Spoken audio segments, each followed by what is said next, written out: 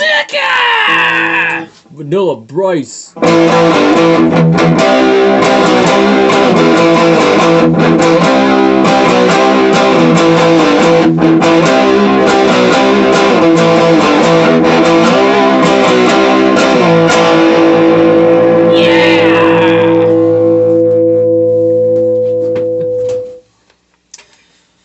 Alright, so Beerzerker here with Vanilla Bryce. We're going to do a beer review of the Full Nelson from Nelson Brewery. This is organic Imperial IPA at 8.2% alcohol by volume, and this was under $5. This is a really good deal, and I remember it being quite good. Very good double IPA, so we're going to do kind of a value test here and see if this is worth the $4.50. Coming from NBC, purchased at Great Canadian Wholesale Liquor Club. Out of Nelson, British Columbia here, of course. Here's the cap. And,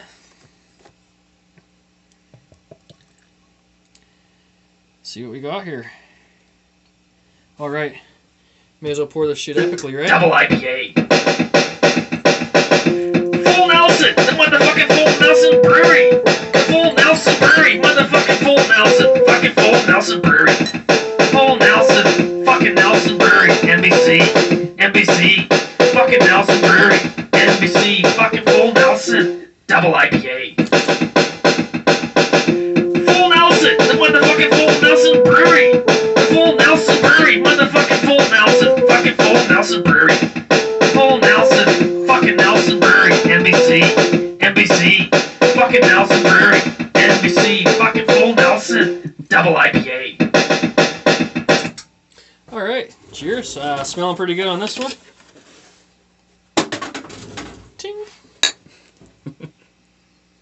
Oh, nice, nice. Do the headshot.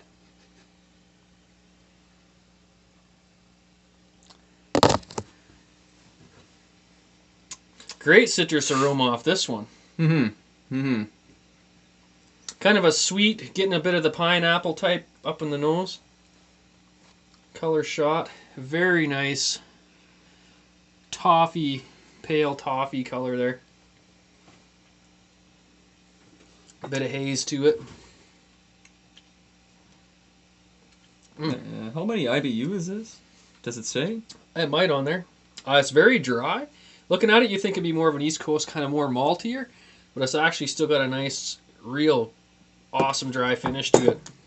With this nice fluffy head on there, and that dryness is really, with the pineapple, you get more of a piney taste out of it, but it kind of smells like the pineapple, which I think is pretty awesome. I'm not a big fan of tasting the pineapple, but the aroma's nice off it. The kind of tropical hoppage. Yeah, definitely some. Super drinkable. Some topaz. You think it's topaz? I think You're so, calling yeah. topaz? He's calling topaz. Maybe some Amarillo, little Cascade. Yeah, it's kind of got the body's kind of getting thick like the Amarillo, but it's not super heavy in maybe that genre, but it's definitely getting like the oily hoppiness you get out of what I consider to be the Amarillo, from what I think I know about it. Probably dry hopped with both. Yeah. It just says water, organic malted barley, organic hops, and yeast.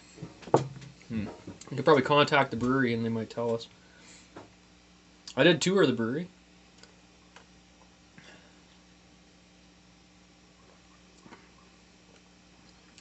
Yeah, that's really drinkable.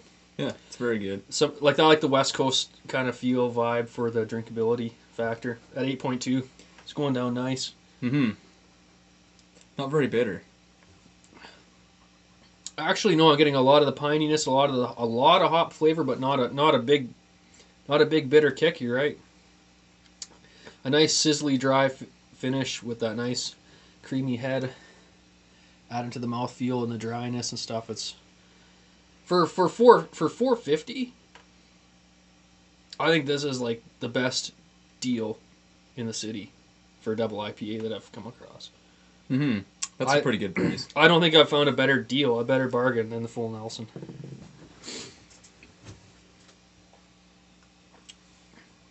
They have an organic Wild Honey Ale that is also really good. I'm a fan of that one.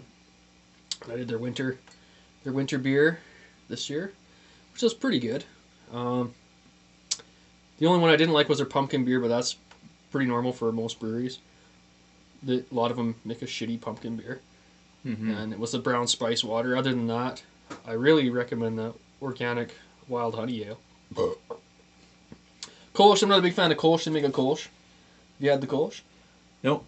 This This is the only beer I've had from the only Nelson one? Brewing Company. Yeah, they make an organic hemp Kolsch, so they got hemp in the brew.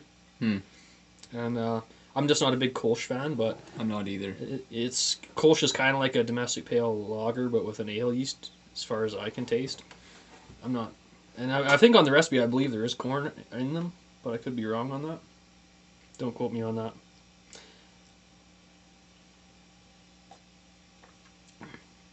Damn, I like West Coast IPAs, big dry double IPAs, and I'm not getting any booze out of this at all. Well, there's a little. You're getting a little bit of booze out of it? Yeah. There's something on the back too, like a burnt taste of some sort.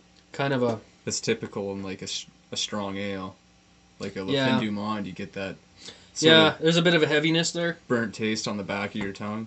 Yeah. What do you attribute that to? Malt bill?